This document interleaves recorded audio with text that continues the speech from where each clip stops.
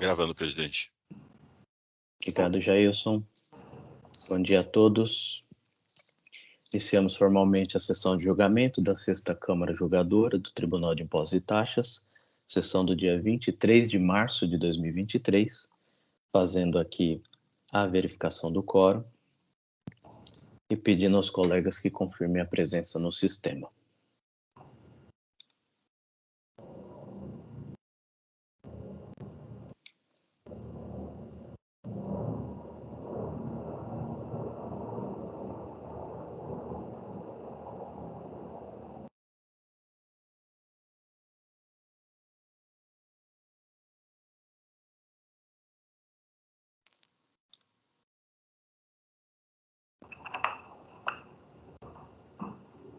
Eu, Ítalo Simonato, excepcionalmente eu vou conduzir os trabalhos hoje.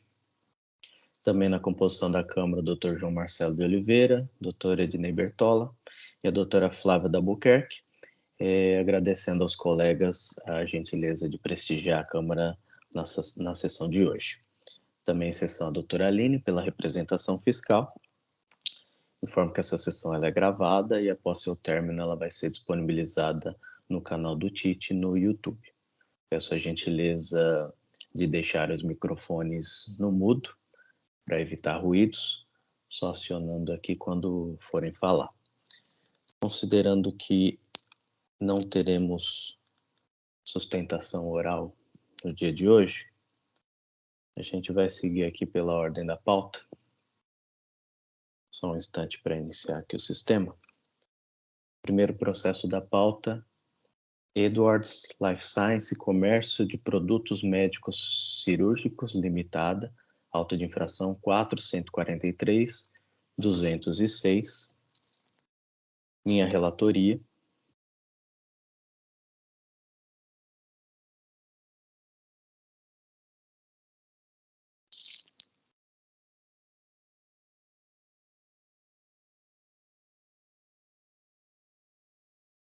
Já vou promover o registro do voto, que os colegas possam acompanhar. Só um instante.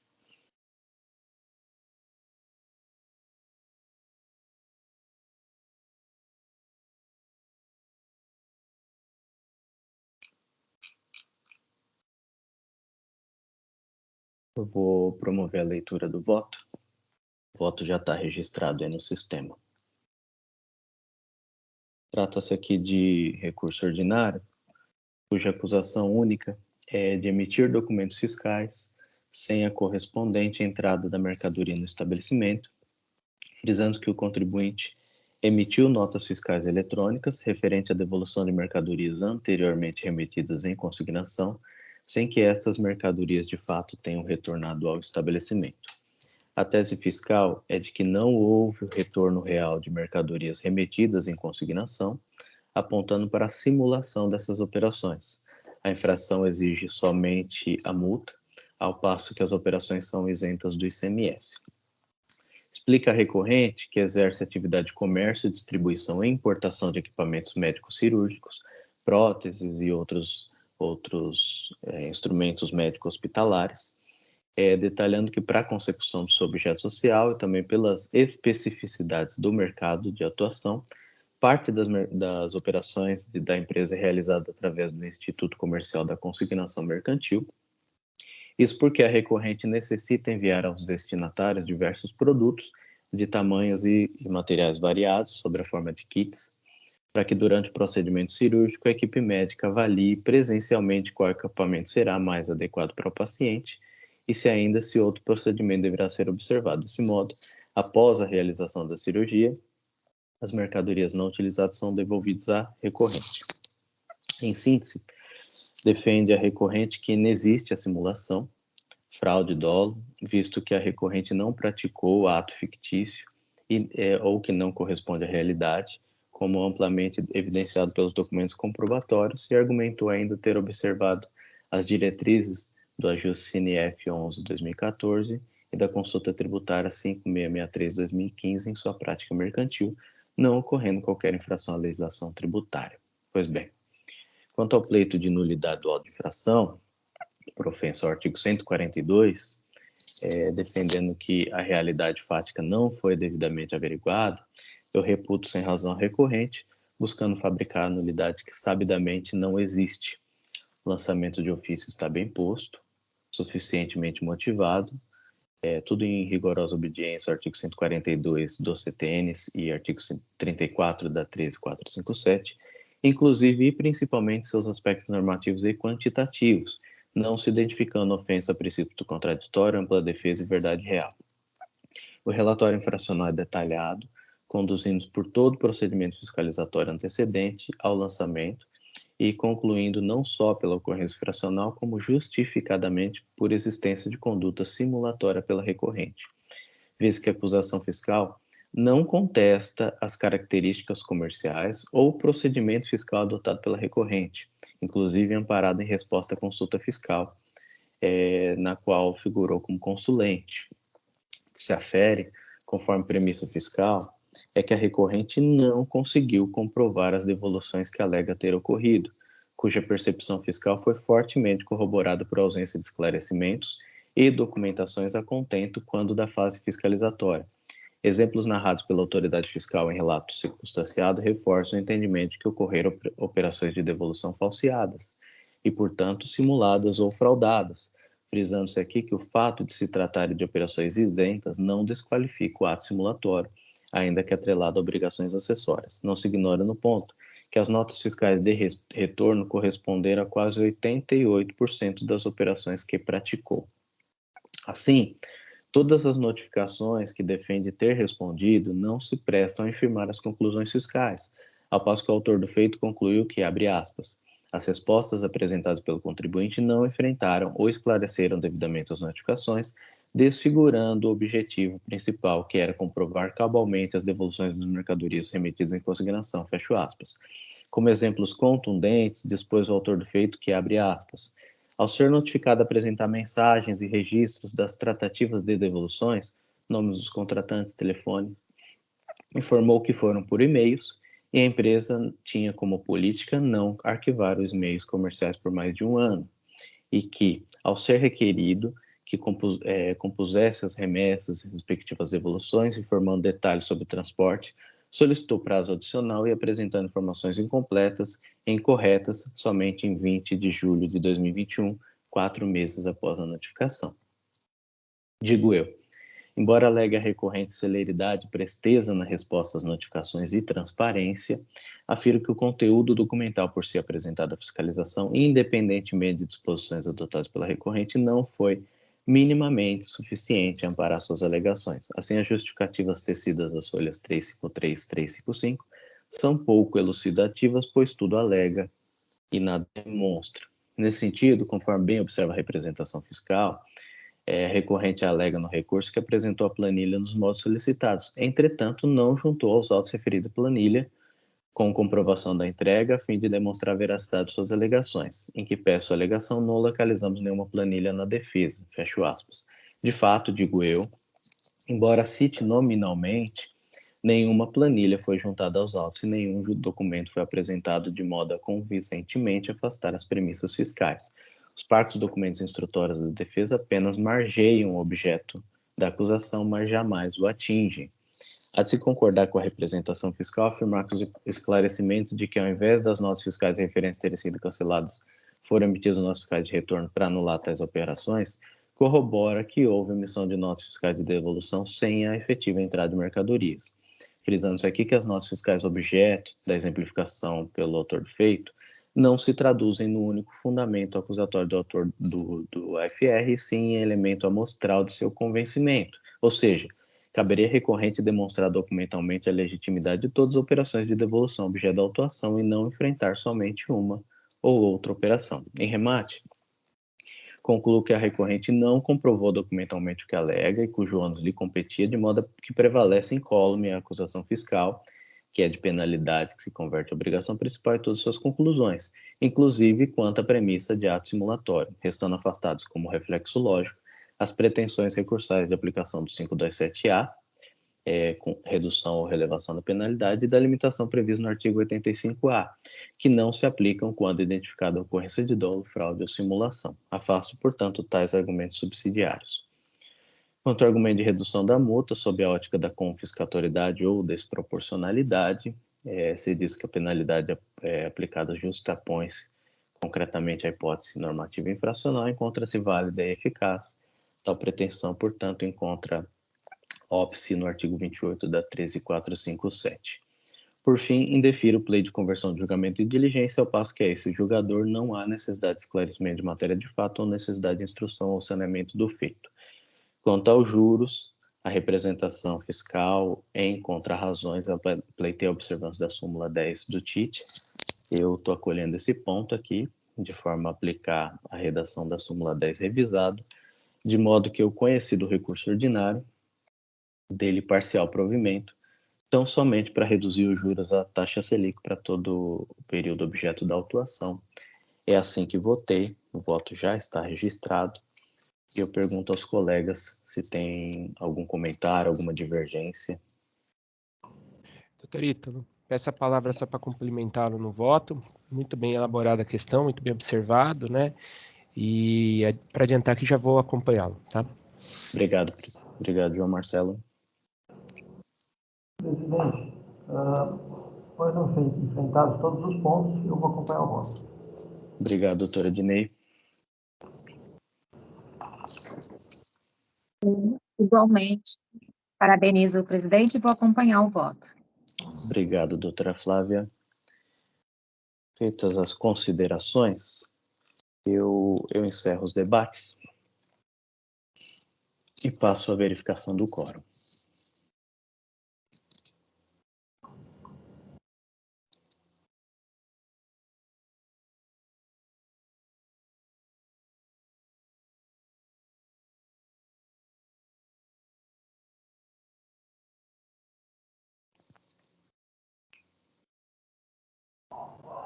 Peço paciência que o meu sistema aqui está um pouco lento hoje. Sem problema, doutor.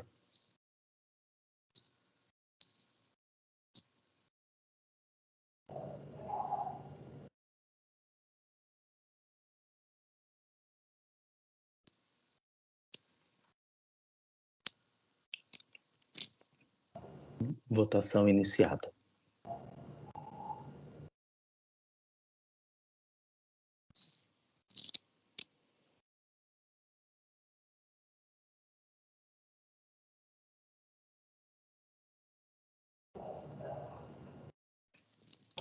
Todos votaram, eu encerro a votação. Prevaleceu aqui o voto de relatoria, na qual conheceu do recurso ordinário e deu parcial provimento só para limitar os juros à Selic. Eu encerro o julgamento.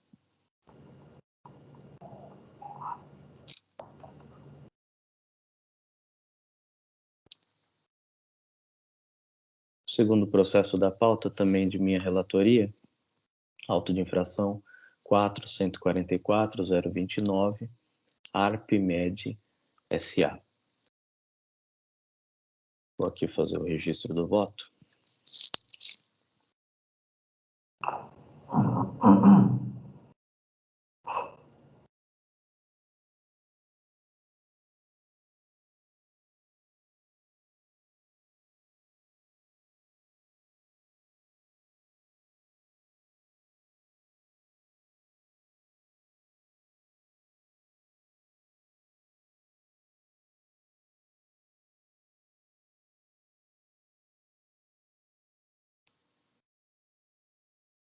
O voto já está registrado no sistema.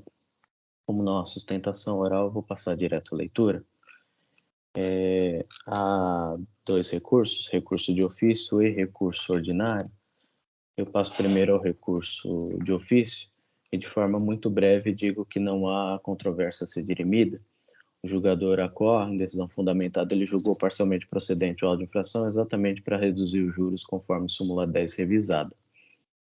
A representação fiscal opinou pelo não provimento do recurso de ofício e, de fato, prevalece esse entendimento aqui nessa corte, de modo que a taxa de juros agora é limitada a Selic para todo o período da autuação.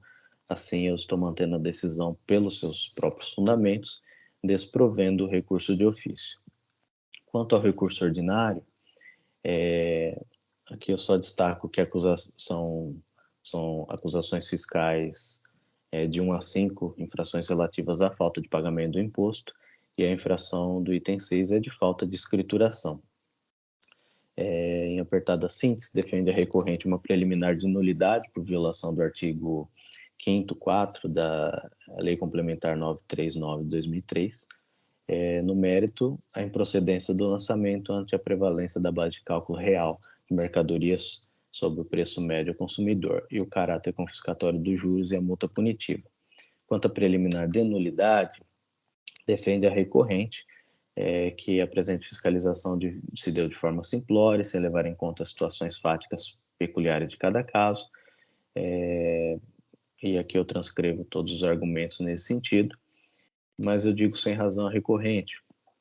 O lançamento de ofício, sem dúvida, está bem posto e suficientemente motivado, tudo em observância ao artigo 142 do CTN.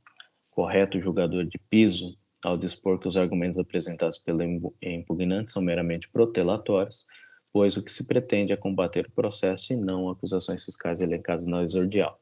Em nenhum momento a defendente foi capaz de infirmar as acusações fiscais, não teceu uma linha sequer sobre as acusações que lhe são imputadas, nem ao menos logrou demonstrar quais poderiam ser as operações realizadas, que na sua ótica poderiam em tese ter sido lançadas de forma equivocada pelo fisco, que faz cair por terra seus argumentos protelatórios. Relatório circunstanciado detalha de forma específica e minudente quais foram os procedimentos aplicados para a identificação das irregularidades fiscais apontadas nas acusações fiscais, acusações essas que foram inseridas no auto de infração após recebimento e análise das respostas dadas perante notificações e renotificações.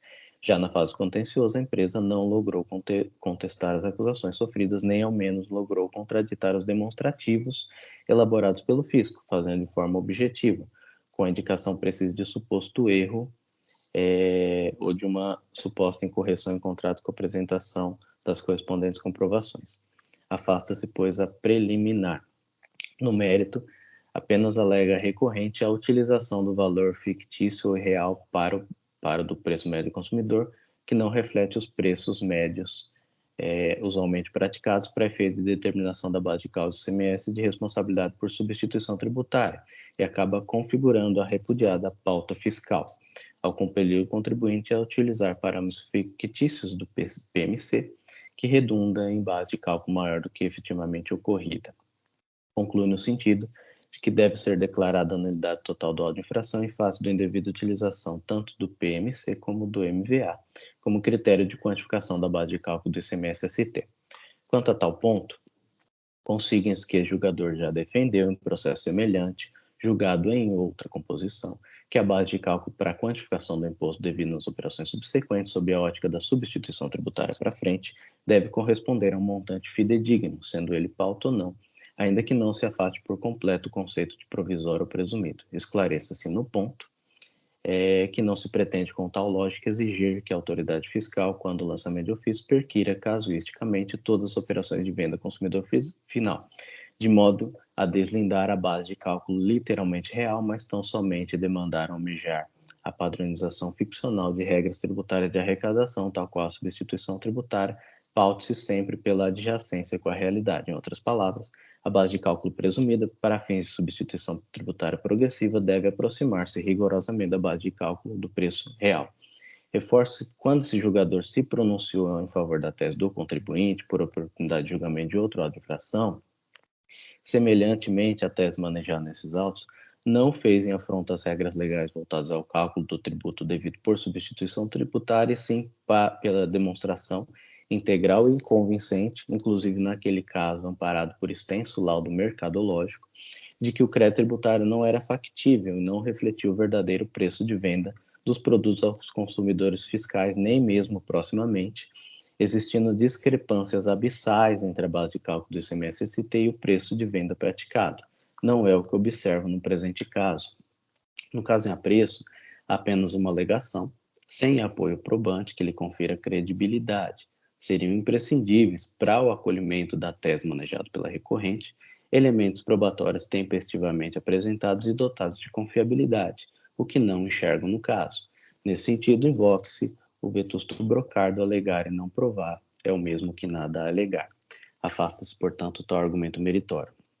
Desprovejo de pronto o argumento de necessidade de adequação dos juros por inexistência de interesse jurídico, ao passo que tal argumento já foi acolhido quando a decisão de piso. Ainda argumenta que o Estado de São Paulo, por meio de normas administrativas, determina que a multa seja cobrada sobre o valor do crédito tributário atualizado, que significa cobrar juros sobre a multa desde a data favorável, o que contraria a própria legislação. Nesse ponto, eu cito a súmula 13 de 2018, de modo a afastar o argumento. Súmula essa de observância vinculante.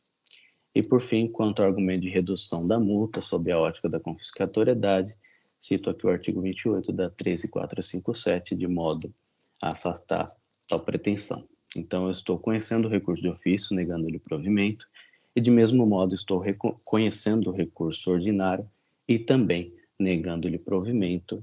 É assim que votei. E pergunto aos colegas se tem algum comentário ou alguma divergência.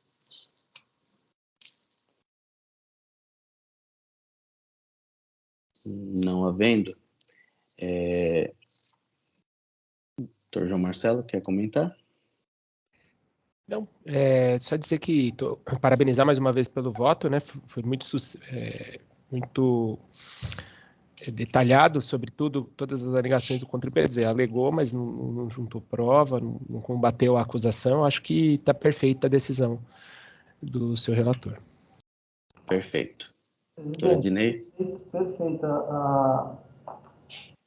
Quando você aponta que teve um posicionamento diverso, mas por conta de uma apresentação de um laudo mercadológico, eu acho que seria o caminho correto, o contribuinte deveria ter adotado nesse sentido.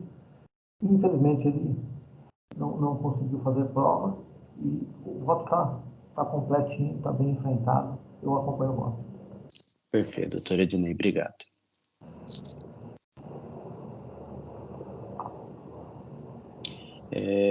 Não havendo mais debates, eu vou encerrar.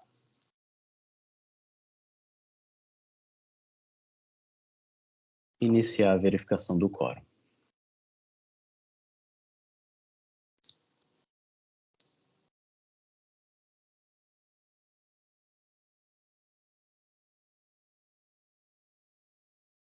Todos confirmaram. Inicio a votação.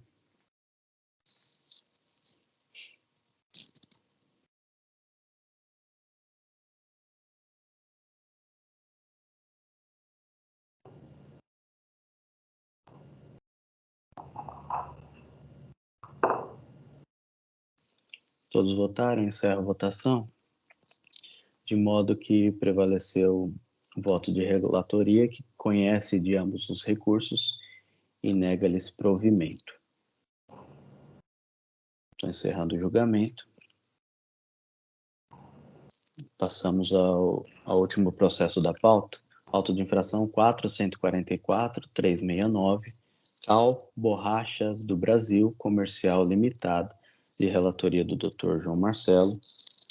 Eu vou só registrar aqui a sustentação oral aqui.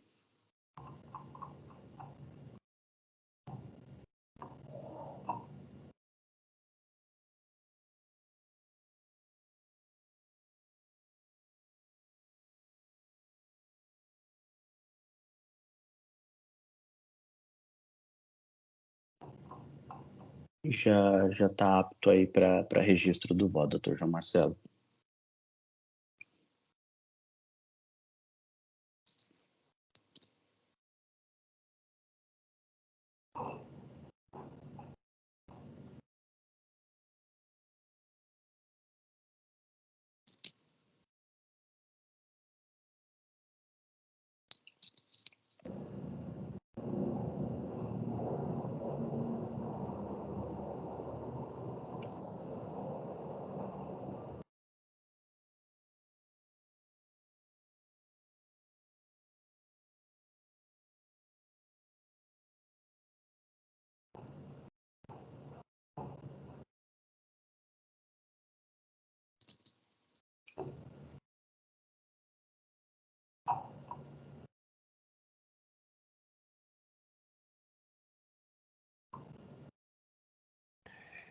Bom, senhor presidente, feito o registro, agradeço. Vou passar a leitura.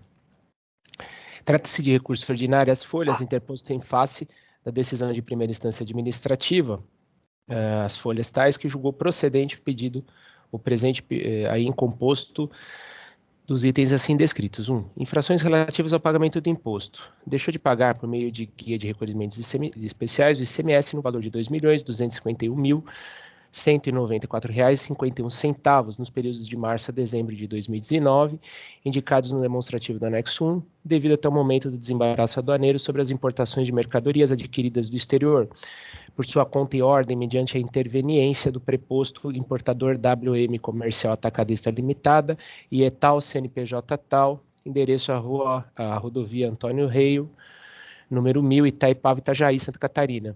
Mercadorias essas desembaraçadas em Uruguaiana, Rio Grande do Sul, cujos recolhimentos são devidos ao Estado de São Paulo, conforme as DIs relacionadas no demonstrativo anexo 1, conforme documentos juntados para amostragem juntados ao presente. DIs, demonstrativo de conversão de moedas, câmbio e demais documentos inerentes ao desembaraço. A infringência foi o artigo 115, inciso 1, a linha A, artigo 11, inciso 8 do RICMES. E a multa foi capturada no artigo 85, inciso 1, a linha E da lei do ICMS. 2. Infrações relativas ao crédito do imposto. Creditou-se indevidamente do ICMS no valor de R$ 419.771,96 nos períodos de março a dezembro de 19, valores especificados no demonstrativo anexo 2, por meio da escrituração do ICMS destacado nas notas fiscais eletrônicas relacionadas ao demonstrativo anexo 2 no livro registro de entradas, emitidas para cobertar operações de importação, sem que o imposto tivesse sido pago no desembaraço aduaneiro em favor do Estado de São Paulo. As NFEs emitidas referem-se às declarações de importação, DIs conforme cópias de DANFs juntadas por amostragem que comprovam a infração.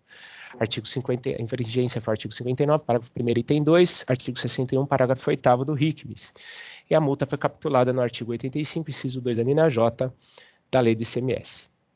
Em uma primeira decisão, a Delegacia Tributária de Julgamento de São Paulo converteu a em diligência ao contribuinte para que o mesmo juntasse os comprovantes de pagamento à importadora referente às operações e análises, comprovantes de transferências de recursos da autuada para a comercial importadora antes de realizada a importação e demonstrativo de correspondência entre os pagamentos, as declarações de importação, as notas fiscais emitidas pela importadora, contratos de câmbio e as respectivas datas de evento, folhas 601 e 606, sendo que a autuada manifestou-se a respeito, as folhas 770 e 784, juntando documentos de folha 610 e 769 e cópias, constante às folhas 786 e 960.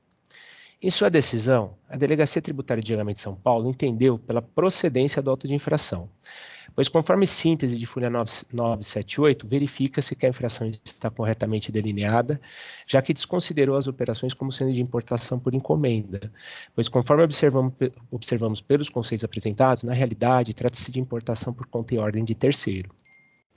Em virtude da decisão acima, a empresa autuada interpôs recurso ordinário, as folhas 984 e 1020, apresentando as seguintes alegações em síntese. Que a decisão de primeira instância seria nula, pois a ilustre julgadora teria alterado a fundamentação do AIN. Que o AIN seria nulo, pois não haveria descrição dos fatos em consonância com a capitulação legal que fundamentaria a operação por encomenda. Que a ausência de um dispositivo para julgar a desconsideração das operações impediria que o contribuinte formulasse sua defesa de maneira satisfatória, pois o AIN estaria incompleto e não forneceria a fundamentação necessária para viabilizar o contraditório e a ampla defesa. Que há nulidade no lançamento, porque há erro na identificação do sujeito passivo e incompetência da Fazenda do Estado de São Paulo, vez que o ICMS importação caberia ao estado de estabelecimento importador, importação por encomenda. Que há nulidade no AIN, pois o lançamento foi pautado por presunção em afronta ao princípio da busca pela verdade material, vez que não há relatório circunstanciado juntado. E repisa que os documentos anexados ao processo administrativo comprovam que a importação foi realizada na modalidade encomenda, concluindo que houve aplicação de penalidade sem que os fatos jurídicos relatados encontrassem suporte nas provas juntadas. Que a nulidade por ausência de submissão ao controle de qualidade CCQ nos termos da portaria CAT e tal. Que a importação está sendo objeto está sendo objeto de questionamento no presente AIM reúne todos os requisitos de uma importação por encomenda, não se tratando de importação por conta e ordem, como pretende a FRE. Que, de acordo com o manifestado pela Corte Maior, conforme o recurso especial 665.134, trema 520 de repercussão geral, o sujeito ativo da relação jurídico-tributária do ICMS seria o estado onde estiver situado o destinatário jurídico da mercadoria, ou seja, aquele que teria promovido juridicamente o ingresso do produto no país, e no presente caso o estado de Santa Catarina. Que na consulta número tal, o fisco paulista reafirmou o entendimento de que, quando ocorrer a importação por encomenda com entrada física em estado, com posterior remessa ao estabelecimento situado em São Paulo, o ICMS é devido ao remetente. Que a operação de importação por encomenda está amparada pela lei número tal e pela instrução normativa número tal, por meio da qual a empresa adquire mercadorias no exterior com recursos próprios e promove o seu despacho aduaneiro de importação, a fim de revendê-las a uma empresa encomendante previamente determinada, em razão de contrato entre a importadora e a encomendante. Que o preenchimento das declarações de importação apenas comprovaria a sua conformidade com o que determina a lei para a utilização dessa modalidade. Além disso, não haveria qualquer indício de fraude, simulação ou abuso de direito capaz de descaracterizar a operação realizada pela recorrente. Que se verificaria na documentação fiscal apresentada com a impugnação inicial que os contratos de câmbios dariam conta de que a relação comercial de aquisição de mercadorias da Calplas SRL exportador se deu pela importadora WM, contratada pelo impugnante. Que caso seja o entendimento desse tribunal pela manutenção da exigência de desclassificação das operações de importação por encomenda para conta e ordem de terceiros em razão dos pagamentos, deve-se aplicar tão somente a declaração de importação cujos pagamentos estão anexados aos autos, ADI número tal. Que a fatura citada na respeitável decisão recorrida trata-se de uma fatura emitida pelo fornecedor estrangeiro em que constam informações da recorrente, porém, como destinatária a importadora de fato trade, e alega que a importadora não é mera consignatária, pois os termo consignatário atribui a alguém a condição de destinatário. E se a importadora é destinatária, é evidente que ela conste como consignatária no documento de cobrança. Que a glosa do crédito ICMS seria ilegal, ao violar o princípio da não cumulatividade. Que a multa não poderá sofrer atualização monetária desde a data do fato gerador, pois em tal período não existiu obrigação de pagamento. E, por fim, pede a limitação dos juros moratórios aplicados à taxa Selic. Bom, a recorrente não protestou por sustentação oral de suas razões e requereu o provimento de seu apelo, no sentido de anular a respeitável decisão recorrida, determinando a devolução dos autos ao julgador singular, para que profira nova decisão, dessa vez considerando apenas os elementos constantes no AIM como fundamento legal e fático. Alternativamente, se não fosse esse o entendimento desse tribunal, requereu o provimento integral do presente recurso para reformar integralmente a decisão recorrida, cancelando a exigência fiscal contida no AIM. Por sua vez, a representação fiscal apresentou contra-razões ao recurso ordinário às folhas, oportunidade na qual reiterou os termos da decisão recorrida e protestou pelo não provimento do recurso, com a consequente manutenção do auto de infração. Não havendo outros requerimentos, dou por fim do relatório e passo à decisão. Voto. Trata-se de auto de infração com acusações de falta de pagamento do ICMS em operações de importação de mercadorias, item 1, e creditamento indevido do ICMS relativamente às mesmas operações de importação do item anterior, item 2. Os fatos geradores reportam seu período de março a dezembro de 2019. Questões preliminares. Alega a recorrente que a decisão de primeira instância seria nula, pois a ilustre julgadora teria alterado a fundamentação do AIM, visto que o AR teria desconsiderado as operações de importação por encomenda, por entender que era uma importação por conta e ordem de terceiros, sem apresentar um fato específico. E no julgamento singular, a justificativa para desconsiderar as operações seria o fato de ter ocorrido o pagamento anterior. Sem razão a recorrente, pois o conjunto probatório juntado aos atos é robusto, no sentido de que as operações de importação sob análise seriam por conta e ordem de terceiros, não sendo, portanto, a questão do pagamento ser o único fator determinante para a decisão de piso. Alega a nulidade do AIM, vez que não haveria descrição dos fatos em consonância com a sua capitulação, uma vez que ele teria carecido de demonstração da materialidade da infração. sem razão a recorrente. Como bem apontado pela douta representação fiscal, as folhas, o AIN está instruído com todos os documentos necessários para permitir a exata compreensão dos fatos jurídicos infracionais por ele constituídos, e nele constam todos os elementos essenciais do lançamento tributário.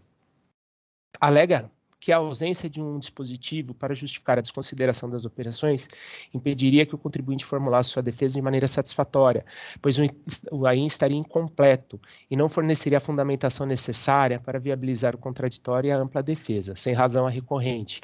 A primeira decisão singular converteu o feito em diligência justamente para que o contribuinte, ora recorrente, apresentasse comprovantes de pagamento, comprovantes de transferência de recursos para a empresa importadora, bem como demonstrativos que comprovassem a correlação entre os pagamentos efetuados, as DIs, as notas fiscais emitidas pelo importador, o contrato de câmbio, as respectivas datas, documentos fundamentais e que poderiam infirmar a presente acusação fiscal.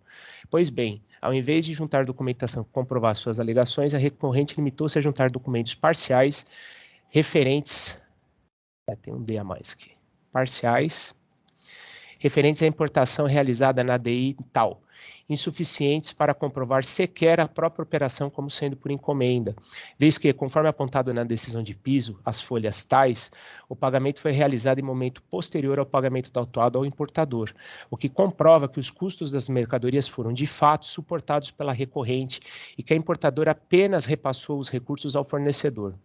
Portanto, os documentos juntados justamente comprovaram que o real adquirente das mercadorias importadas e aquele que arcou com seus custos e tomou todos os riscos da importação foi a autuada. Que o lançamento de ofício seria nulo por erro na identificação do sujeito passivo e incompetência da Fazenda do Estado, vez que o ICMS de importação caberia ao Estado do estabelecimento importador, sem razão a recorrente, pois, como veremos adiante, a presente autuação é por importação por conta e ordem, e nesse caso a Cefaz de São Paulo é competente, pois o real importador é de fato contribuinte paulista, sendo que o sujeito passivo está devidamente posto. Que haveria nulidade do AIN, pois ele seria pautado por presunção, vez que não há relatório circunstanciado, e repisa que a importação foi realizada na modalidade encomenda, concluindo que houve aplicação de penalidade sem que os fatos jurídicos relatados encontrassem suporte nas provas juntadas, sem razão a recorrente. O relatório circunstanciado não é elemento essencial à lavratura do AIN, nos termos do artigo 34 da Lei 13.457 de 2009. Não obstante, foi juntado ao presente manifestação fiscais às folhas tais, que deixa claro todo o procedimento adotado pela FRE autuante e que demonstram coerência, segundo esse julgador, entre os fatos relatados e as provas juntadas. Que haveria nulidade do AIN por ausência de submissão do presente ao controle de qualidade CCQ, nos termos da Portaria CAT 115 de 2014. Sem razão a recorrente, no entendimento desse julgador, o controle de qualidade previsto em referida portaria é procedimento interno da Cefaz São Paulo, que antecede a lavratura do AIN, visando ao aperfeiçoamento do lançamento fiscal. Não há, contudo, nem em referida portaria CAT, número 115 de 2014, ou em qualquer outro dispositivo legal, a obrigatoriedade de se juntar parecer de referida análise ao AIN. Portanto, apesar das alegações de nulidade manejadas pela recorrente, segundo o nosso entender, nenhuma merece prosperar, pois a acusação fiscal está bem posta, suficientemente motivada e satisfatoriamente comprovada. Em rigorosa obediência ao artigo 142 do CTN e artigo 34 da Lei 13.457 de 2009. Inclusive em seus aspectos quantitativos, não se identificando ofensa ao princípio do contraditório, ampla defesa e devido processo legal. Questões de mérito.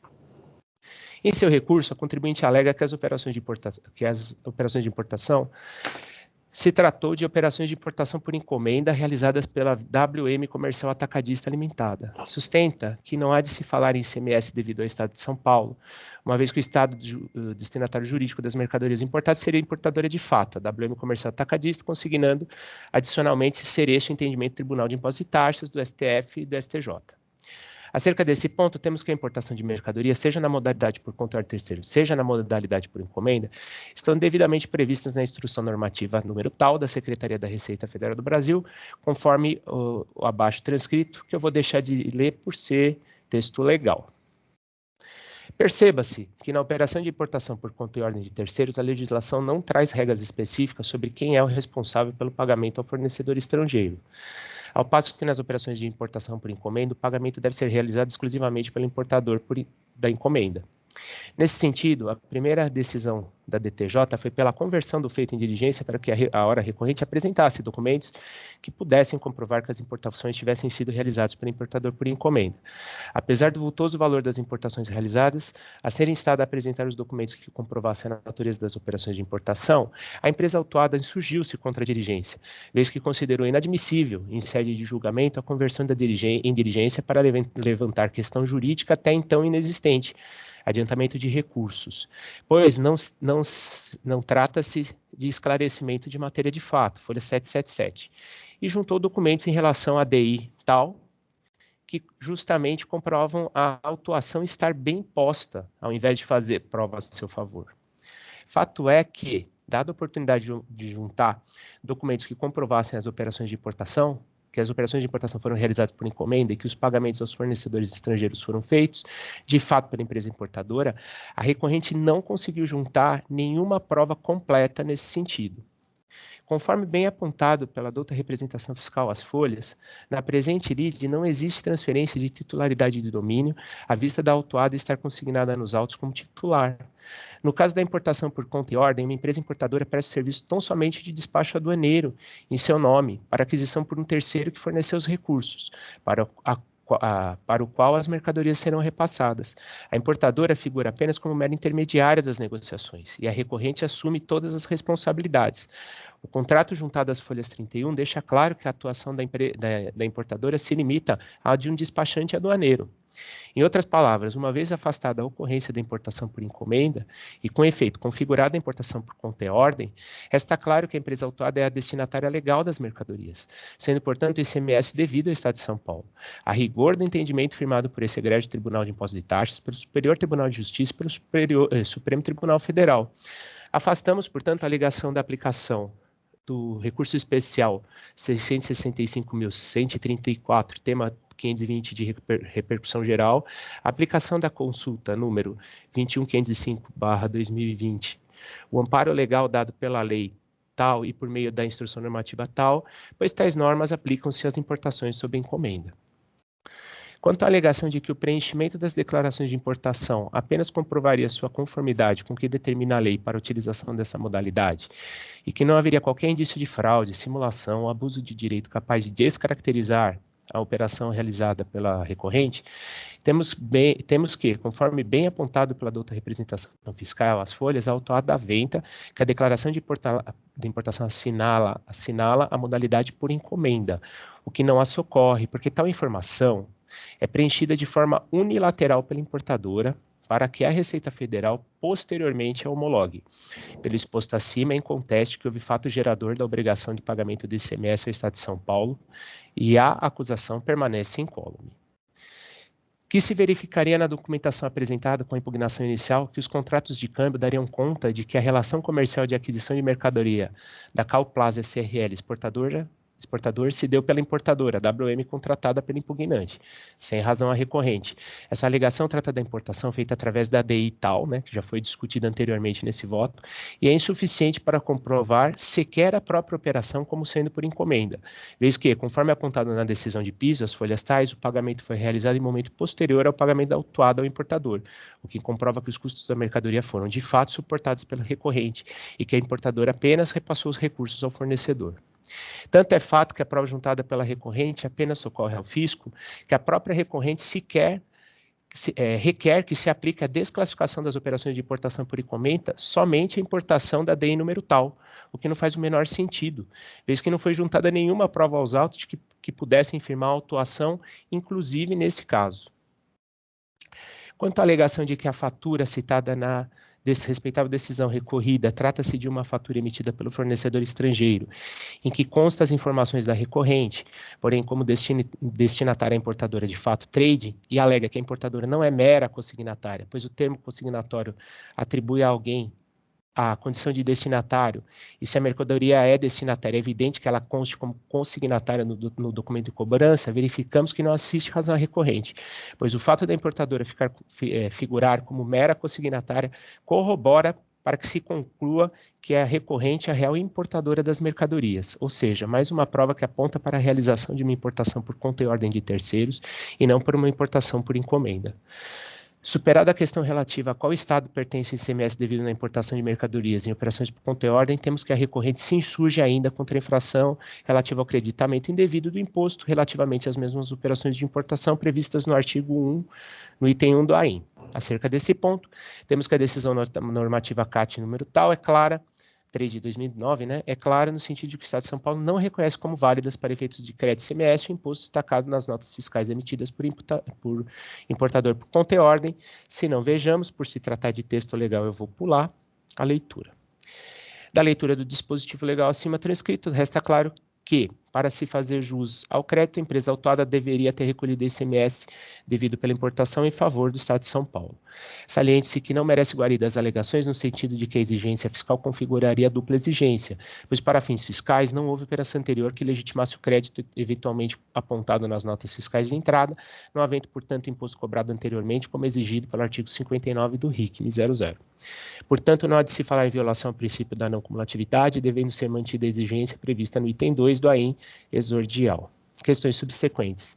Quanto à contestação sobre a atualização do valor básico da multa, destaque-se que no caso incide a súmula 13 de 2018 do TIT, e por derradeiro, quanto à redução dos juros, a Selic também não merece guarida o argumento da contribuinte ser recurso ordinário, já que a matéria foi resolvida pela súmula 10, sendo certo que a última revisão dessa súmula, ocorrida na data de tal, limitou a aplicação dos juros aos patamares da Selic, porém não se aplicando ao presente caso, vez que os fatos geradores ocorreram após 1/11 de 2017, sendo certo que, a partir dessa data, a Fazenda do Estado já aplica ao débito tributário a taxa Selic fixada pela Lei Paulista 16.497/17, dispositivo. Ante o exposto, conheço do recurso ordinário, mas no mérito, nego-lhe provimento, mantendo a decisão recorrida por seus próprios e jurídicos fundamentos. É assim que eu voto, submeto aos meus pares para apreciação. E devolvo a palavra ao senhor presidente. Muito obrigado. Obrigado, doutor João Marcelo. O senhor precisa habilitar o voto? Precisa fazer algum ajuste? Não? Perfeito. Acredito que não. Perfeito. Eu adianto aqui que eu vou acompanhar o voto do doutor João Marcelo.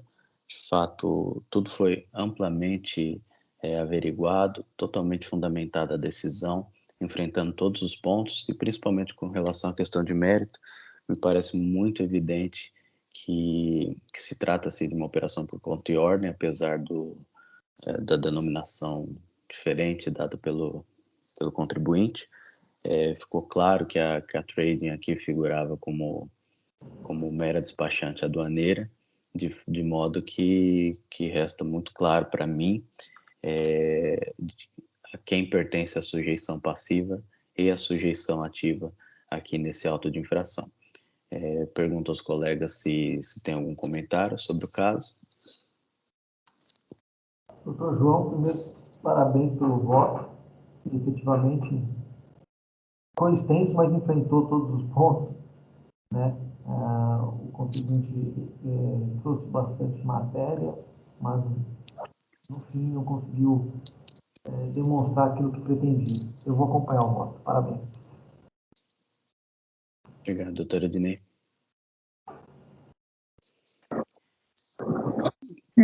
Eu também vou acompanhar o voto do Dr. João Marcelo. É o próprio contrato que o contribuinte anexou fez prova de que é uma importação por conta e ordem de terceiros e não por encomenda, né? Para mim também não resta dúvida. Obrigado, doutora Flávia. Perfeito. De fato, as provas que foram juntadas pela recorrente, na verdade, afirmam que o auto de infração está correto. Feitas essas considerações, encerro aqui os debates e faço a verificação do quórum.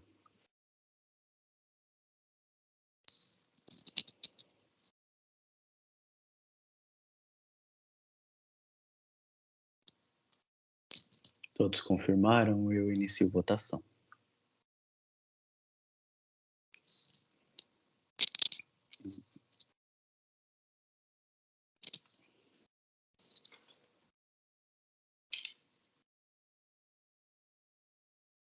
Votação encerrada, prevalecendo aqui o voto de relatoria do Dr. João Marcelo, que conheceu integralmente do recurso ordinário do contribuinte e negou-lhe provimento. Aqui, antes de encerrar, eu verifico que há convidado no lobby. Mas eu não tenho aqui informação no relatório de que processo se trata. Para que não fique sem resposta, eu vou repassar aqui quais foram as decisões da Câmara hoje. No auto de infração 4.143.206 do autuado Edward Life Science Comércio e Produtos Médicos Cirúrgicos Limitado, foi julgado o recurso ordinário, conhecido e parcialmente provido, tão somente para limitar os juros à Selic. No auto de infração 444.029 da ARPMED, recurso misto, tanto o recurso ordinário quanto o recurso de ofício foram conhecidos e desprovidos, ou seja, mantido integralmente a decisão de primeira instância. E nesse último auto de infração, como já detalhado, auto de infração 4.144.369, Cal Borrachas do Brasil Comércio, o auto de infração, o recurso ordinário foi conhecido e desprovido, mantido também a decisão de primeira instância.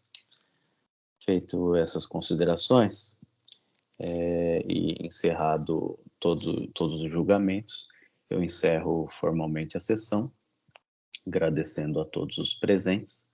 É só Jailson, por gentileza, encerrar a gravação.